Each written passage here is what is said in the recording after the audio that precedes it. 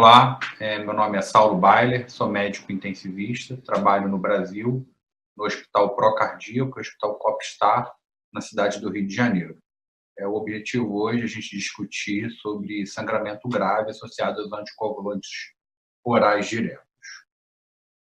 Eu não tenho conflito de interesse nenhum. E quando a gente pensa em anticoagulação, seja por varfarin ou seja pelos anticoagulantes orais de ação direta, a gente tem que pensar em duas situações graves. Eles, obviamente, aumentam o risco de sangramento, assim como diminuem o risco trombótico, mas por esse aumento de risco de sangramento, ele pode levar a situações ameaçadoras à vida. E quando a gente olha os DOACs, a gente vai vendo que ao longo do tempo vem surgindo cada vez mais trabalhos e mais evidências científicas apoiando o uso dos anticoagulantes orais de ação direta em detrimento do varfarin.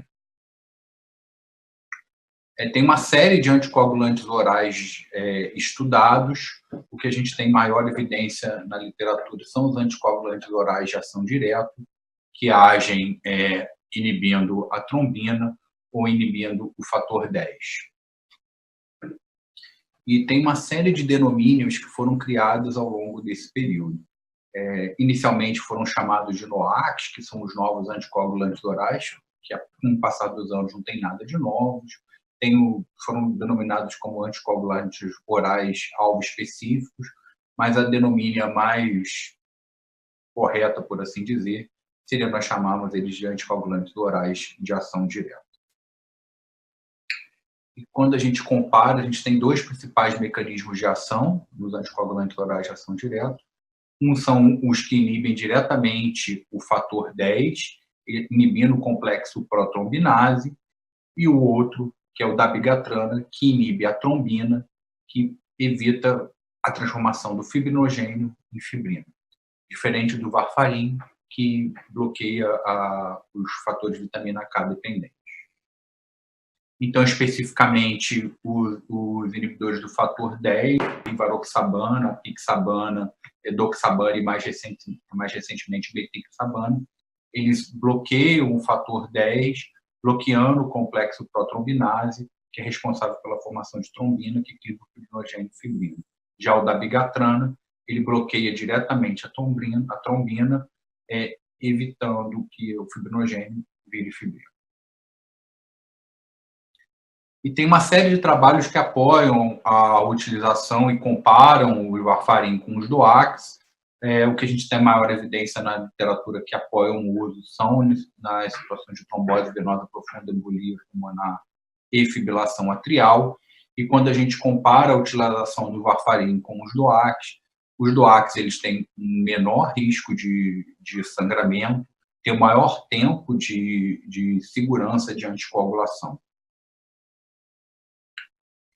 Então, os DOACs eles são realmente indicados para as fibrilações atriais não valvulares, para os tromboembolismos venosos.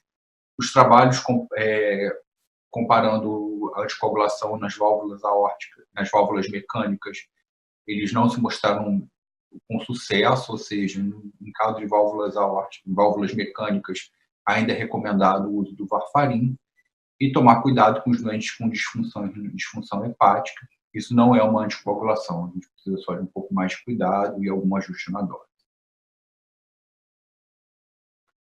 Então, quando a gente compara novamente os antagonistas da vitamina K, o mais famoso varfarin, com os anticoagulantes orais, eles são realmente indicados para fibrilação atrial, para situações de tromboembolismo venoso. Eles não necessitam de nenhuma forma de monitorização de forma rotineira. Eles têm muito menos interação com drogas e com alimentação do que o varfarin e garantem um maior sucesso na anticoagulação por maior tempo, com menor risco hemorrágico. Então, essa avaliação da coagulação com os DOACs, elas não precisam ser feitas de forma rotineira. As exceções, talvez, são sangramentos maiores, doentes que vão ser submetidos a alguma cirurgia de urgência, se a gente precisa reverter esses anticoagulantes em casos de overdose. A avaliação da coagulação dos DOACs ela é discutível, extremamente heterogênea. A gente tem uma gama de opções não muito fidedigna, mas a gente tem como opção o PTT. A dosagem do fator 10 é ativado, tem que ser com reagentes específicos e com cortes específicos que eles conseguem avaliar a concentração do fator 10. O ECAREM teste, que é especificamente, ele avalia a produção de trombina, e ele é específico da bigatana, INR, PPT, e o tempo de trombina. Então, no caso específico da inibição dos fatores 2, o maior exemplo é o da bigatana, o ECAREM teste é realmente o teste mais fidedigno que a gente pode disponibilizar para avaliação da anticoagulação, vai passando pelo tempo de trombina, pelo PTT e o NR. Então, o principal teste é o ECAREM teste. Já nos inibidores de fator 10, a Pixaban, Edoxaban, Rivaroxaban e Betrixaban, a dosagem do fator anti-10 é o teste mais específico, lembrando que sem teste que são reagentes específicos com cortes específicos. Em segundo ficaria o NR, em terceiro o PTT. Então, para organizar o pensamento da bigatana, o melhor teste seria o ECAREM teste e nos inibidores do fator 10, a dosagem do fator anti-10. No caso específico dos sangramentos, é importante a gente dividir o sangramento em dois tipos de sangramento, os sangramentos mágios e os sangramentos mínimos. Os sangramentos mágios são os sangramentos realmente ameaçadores da vida, o que vão levar a uma ampla gama de dependência funcional, são as hemorragias intracerebrais, os sangramentos retroperitoneais, os síndromes compartimentais abdominais e os sangramentos gastrointestinais massivos.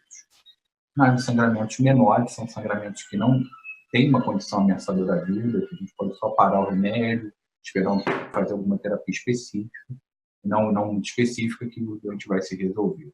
As epistaxes, os sangramentos, as contusões e os pequenos sangramentos gastrointestinais. De forma geral, uma medida de apoio específico para o caso de sangramentos relacionados ao DOAC. A primeira coisa que a gente tem que lembrar é minimizar o risco de sangramento, cuidado com as associações dos DOACs, com os antiagregantes plaquetários, com os anti-inflamatórios, indicar corretamente o uso para os grupos específicos, sexo, peso, função renal. Então, tem que ter muito cuidado no que a gente está indicando do uso dos DOACs. Descontinuar, obviamente, o anticoagulante envolvido no caso do sangramento. Testes laboratoriais para casos de sangramentos graves e ameaçadores à vida. E lembrar das medidas básicas de suporte.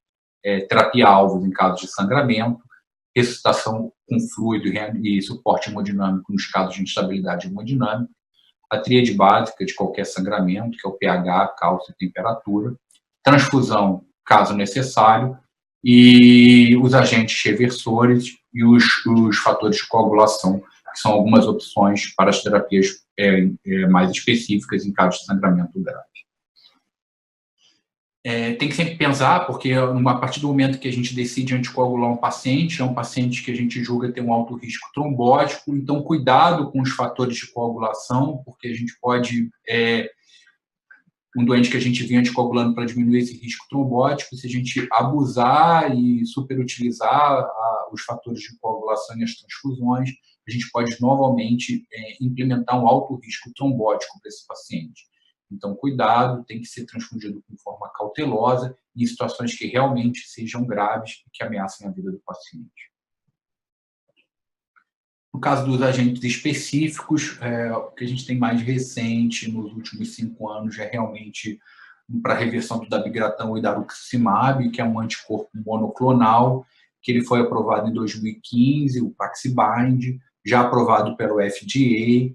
Ele para cirurgias de urgência, para procedimentos de urgência e para sangramentos que a gente não consegue controlar e que ameacem a vida.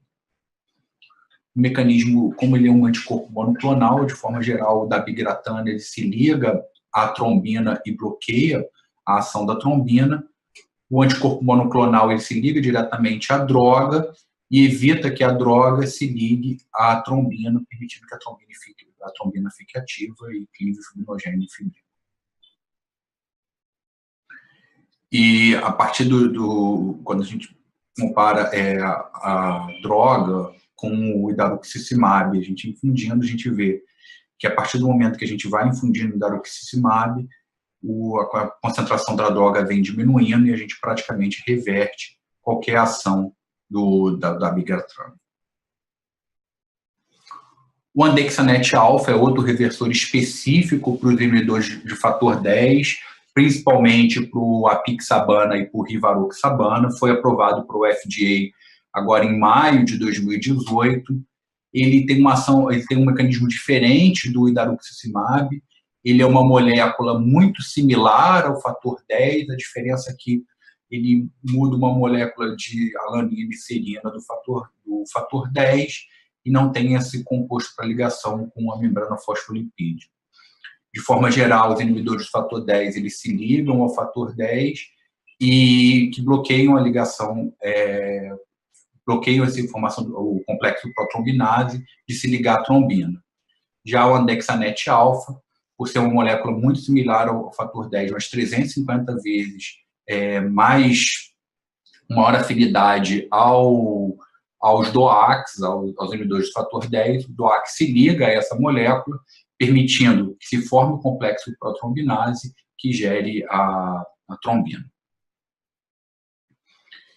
E todos os trabalhos que a gente observa na literatura, a partir do momento que a gente infunde o andexanet alfa, a gente tem um sucesso aí na reversão da anticoagulação. O aripazine, que é o PER-977, é uma terceira droga envolvida. Ele ainda não foi autorizado pelo FDA, mas ele é uma droga que reverte todos os anticoagulantes de ação direta. A gente não tem essa questão de ser o dabigatran ou ser os inibidores do fator 10. Outra grande vantagem postulada pelo aripazine é no que tange a questão do condicionamento. Tanto o andexanet alfa quanto o daruximab precisam estar gelados, o aripazine pode estar em temperatura ambiente. Ele reverte praticamente todos os anticoagulantes, com exceção do varfarin e do argotobran. Ele tem um rápido início de ação e uma duração de efeito prolongado. Ele é uma molécula composta de nitrogênio e hidrogênio, uma molécula complexa que cada subgrupo específico ele consegue bloquear a ação dos anticoagulantes. Os principais estudos são comparando a aripazine com a edoxabana e reparem que à medida que a gente infunde maior concentração de aripazine, os tempos de sangramento são bem reduzidos. Então, para organizar um pouco o sangramento, os sangramentos relacionados aos anticoagulantes de ação direta, é importante a gente dividir principalmente se são situações ou não ameaçadoras à vida. Em caso de sangramentos graves, sangramentos com risco de óbito, se for especificamente o sangramento relacionado ao dabigatran, lembrar do idaruxicimab, que é um anticorpo específico. Na falta dele, a gente pode transfundir complexo protrombínico ativado, agentes antivinolíticos, descontinuar sempre o anticoagulante, carvão ativado, se tiver tomado a última dose de dabigatran nas últimas 12 horas. O dabigatran é uma molécula hemodialisável, então, no caso de sangramento grave, na ausência do daruximab, a gente pode lançar mão da hemodiálise para diminuir a concentração da droga, transfusões em casos necessários, tanto de sangue, plaquetas, e ter intervenções endoscópicas e cirúrgicas em caso de sangramento, se forem apropriadas. Já nos sangramentos graves relacionados aos inibidores do fator 10, lembrar sempre do agente específico, o andexanet alfa. Na falta do andexanet alfa, a gente pode transfundir complexos protrombínicos inativados, uma dose sempre maior, de 25 a 50 unidades por quilo. Na falta deles, também a gente pode lançar a mão dos agentes antifibrinolíticos, lembrar sempre de descontinuar a droga. Se tiver sido uma última tomada recente, pode lançar a mão do carvão ativado. E as transfusões de plaqueta e concentrados de hemácia em situações específicas que sejam necessárias. E assim como no dabigatran, lembrar das intervenções cirúrgicas e endoscópicas para hemostasia, caso seja necessário. Já nos casos dos sangramentos menores, são situações menores, e no caso do dabigatran, uma medida só com hemostática local, descontinuar sempre a anticoagulação. Em pacientes com meia-vida com função renal, a meia-vida da droga é em torno de 12 a 17 horas, então é esperar que vai passar e, em caso necessário, a gente pode lançar mão dos agentes antifibrinolíticos. A mesma coisa se aplica aos inibidores do fator 10, tem que ter medidas hemostáticas locais, descontinuar a droga. Cada droga tem uma meia-vida específica nos pacientes com função renal normal e, eventualmente, pode lançar mão também dos agentes antifibrinolíticos. É isso, pessoal. Espero ter elucidado um pouco das dúvidas de vocês. Obrigado.